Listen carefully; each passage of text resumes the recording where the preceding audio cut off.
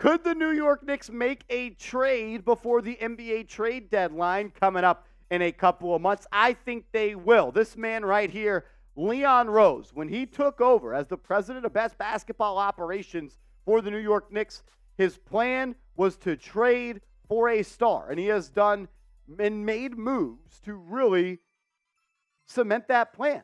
Will he make a move? Well, in today's video, we're going to go through 10 players that I think the Knicks could target before the NBA trade deadline. Let's kind of set the scene a little bit, though. As we know, the Knicks have been stockpiling first-round picks. That is going to be their avenue and way and route of trading for a big-time player. They have potentially 4 first-round picks in 2024, 2 first-round picks in 2025. They could trade up to 8 of their current first-round picks, and they have 10 first-rounders in the next 7 years.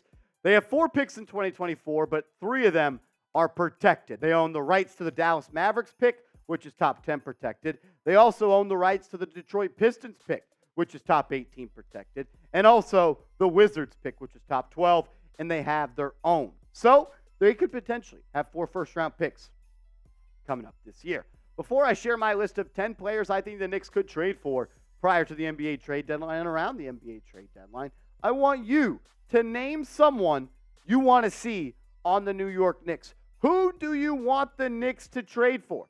Give me the name of a player down in the comment section that you want to see change teams and end up wearing that New York across the chest. Let's start with the player that was once a member of the Knicks and was drafted by the New York Knicks. What about Danilo Gallinari? Could the Knicks bring home Danilo Gallinari? Did not play in the 2022-2023 season with the Boston Celtics, suffered a season-ending injury before the year started, but man, he can still get buckets and he can still shoot the piss out of the basketball. Has not shot less than 38% from downtown in each of the last 4 seasons and only shot less than 40% one time. When you talk about Danilo Gallinari, he's an offensive player. He's someone that can come in and get hot from downtown and carry your team from stretch to stretch, but he also is someone that is lackluster as a defender. And my worry would be, does Tom Thibodeau want to play another player that doesn't really play defense and is only an offensive player? Cough, cough, wink, wink, Evan Fournier.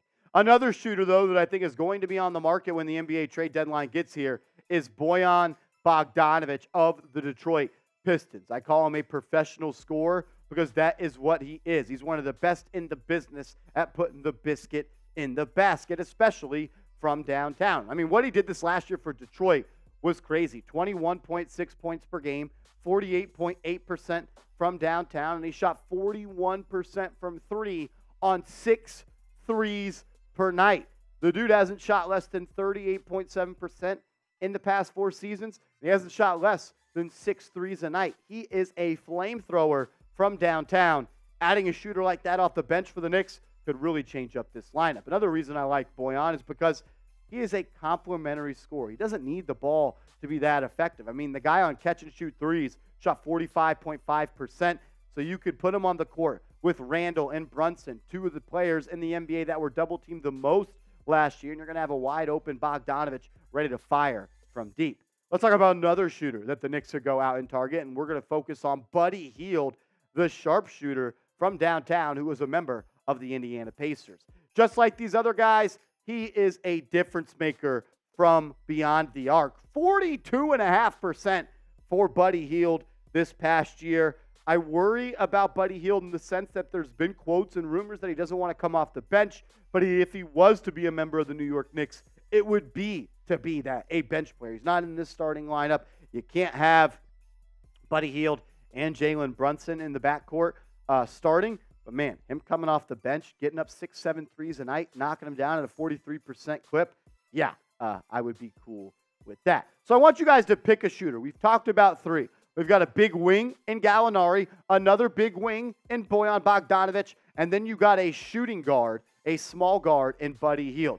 If you could only have one of these shooters on the Knicks, who would it be? Type the initials of the player that you want to see rocking orange and blue.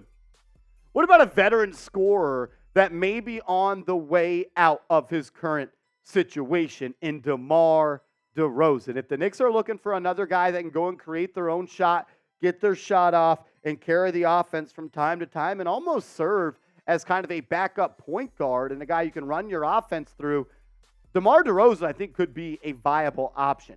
Not someone that's high on my list whatsoever. His game has limitations. He's not a three-point shooter, not the best defender in the world anymore. But he is someone that still gets you 20 points per game. He shoots better than 50% from the field. He's battle-tested, has played in primetime games in the playoffs.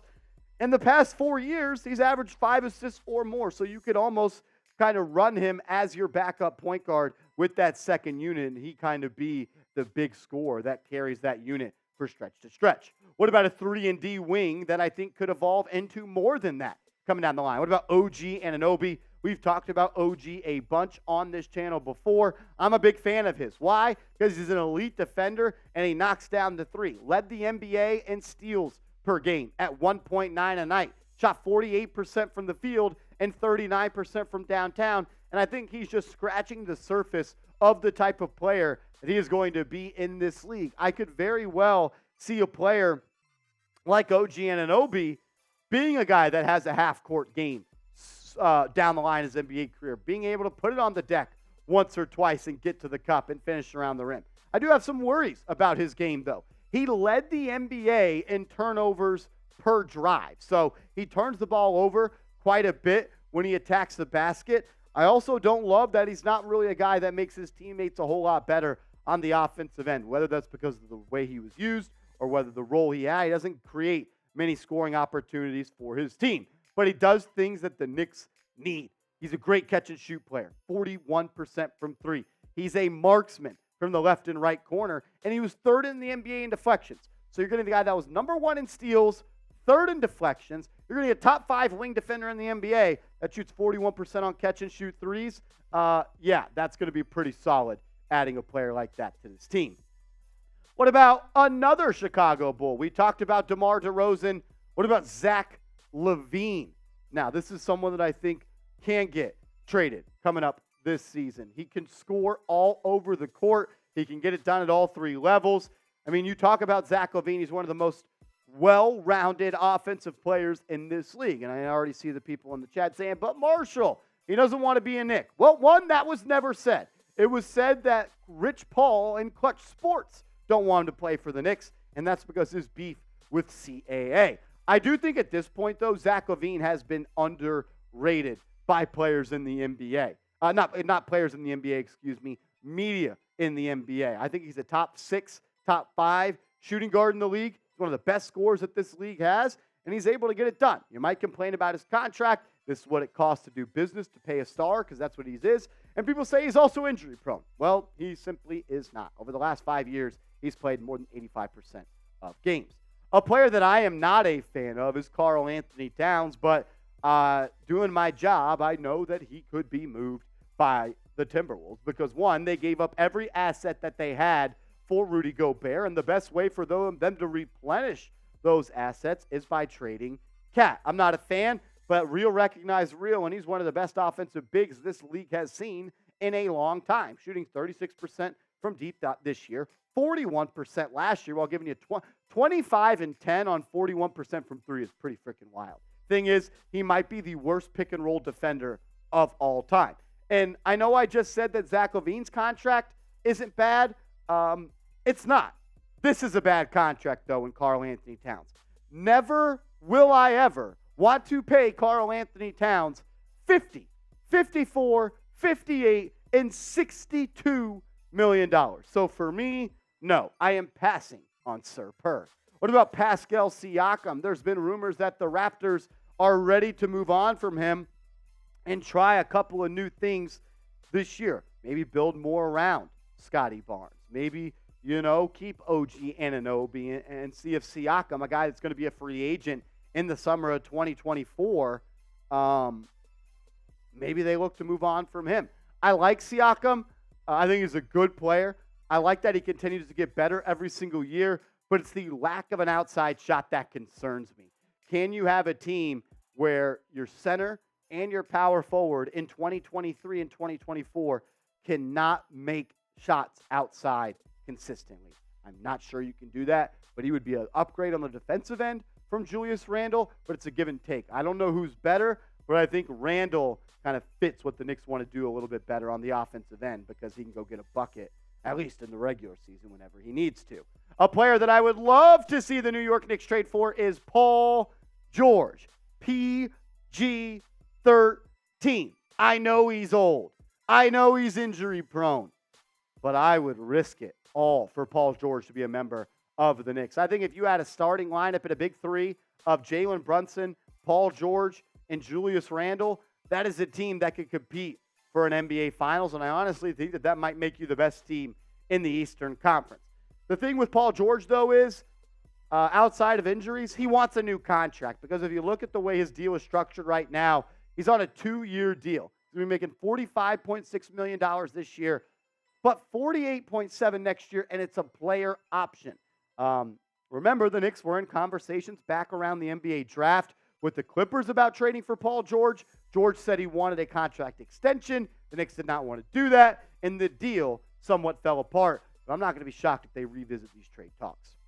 The last player we're going to talk about on today's video is the big man, the big fella, the 2023 NBA MVP, Joel Embiid. He is special. It's hard to say, no, I don't want to trade for a 29-year-old league MVP because you're not getting 33, 10, and 2 on 55% from the field from just about anybody else in the NBA. And I know people are concerned about the injuries, but honestly, outside of the injuries in the playoffs, he hasn't really missed all that much time. Like 16 missed games in a season, it's not that much. 14 games is nothing. 21 and 22, you're missing about a fourth of the season at the end of the day. But it's still not like this guy's missing 40, 50 games like Paul George. But I do have a problem with my star player missing playoff games, and Joel Embiid, he has missed 5 of those in the last 3 years. Outside of also missing playoff games, sometimes his performance and his star power is missing in the playoffs. He went from 33 points per game to 23 points per game in the playoffs this year, down to 23 again in 2021. He's not the same guy in the regular season as the postseason, but he is still one of the best offensive players at the big man position in the NBA, probably second behind Jokic. So I'm not turning down an MVP. I know it cost you a lot. You'd have to go all in for Embiid. Cost to be the boss, my man. So name someone you want the Knicks to trade for. We've talked about 10 players on today's video that they could potentially trade for before the NBA trade deadline. Give me a name of a player you want on the Knicks. And remember, guys, you can always stay up to date on the latest Knicks news and rumors over on my Twitter. So give me a follow over there at @MarshallGreen_.